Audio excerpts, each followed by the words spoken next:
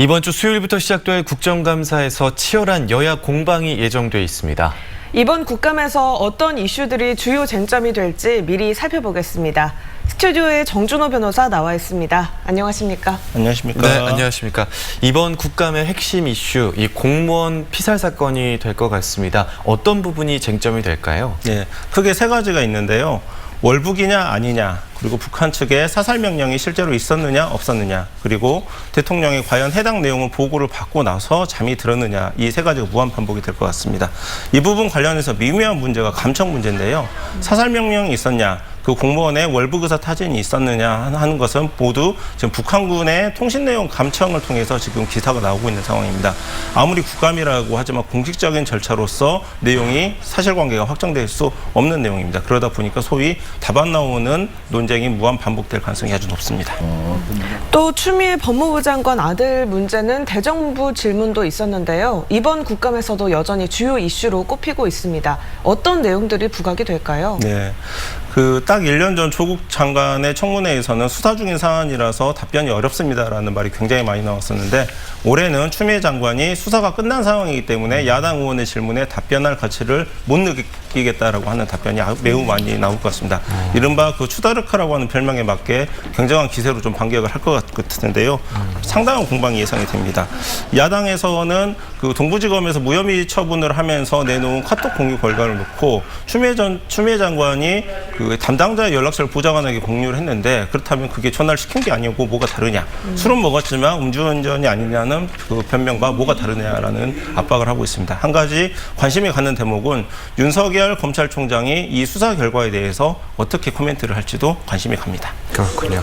코로나19 관련해서는 어떨까요? 국감 내용 중에 뭐 눈여겨볼 만한 사항이 있을까요?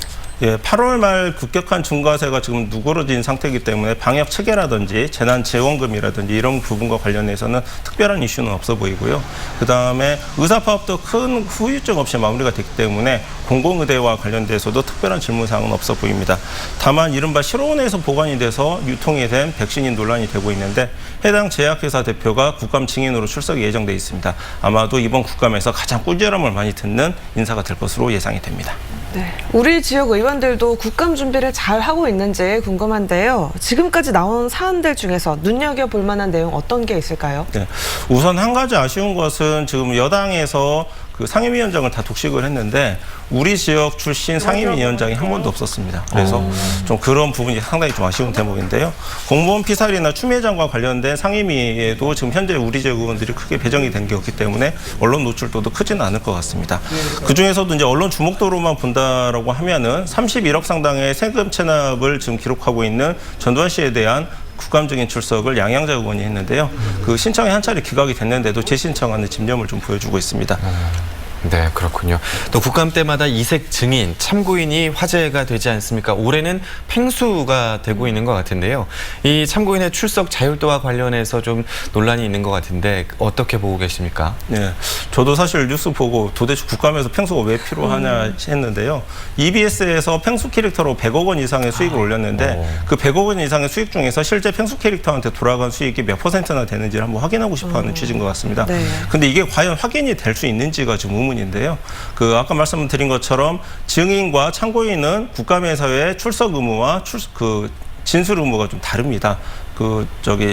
참고인 같은 경우에 있어서는 불출석 사유서만 내면 출석을 안 해도 되는데요. 이 경우에 뭐가 문제가 되냐면은 수익분배 약정에 의해서는 그 비밀 유지 의무가 있습니다. 팽수가 실제로 국감에 출석을 한다라고 하더라도 그 비밀 유지가 있는 수익분배 규정에 대해서 언급을 해버리면 나중에 위약금 문제라든지 이런 부분이 발생할 수 있기 때문에 국감에서 결국 그 팽수 캐릭터한테 가혹한 지금 증언을 강요하는 좀 그런 문제가 좀 있을 것 같습니다. 네, 이번 국감은 코로나19로 인해서 축소 진행됩니다. 집중도 높은 국감이 될지 부실 국감이 될지 지켜봐야겠습니다. 오늘 말씀 잘 들었습니다. 고맙습니다. 고맙습니다. 감사합니다.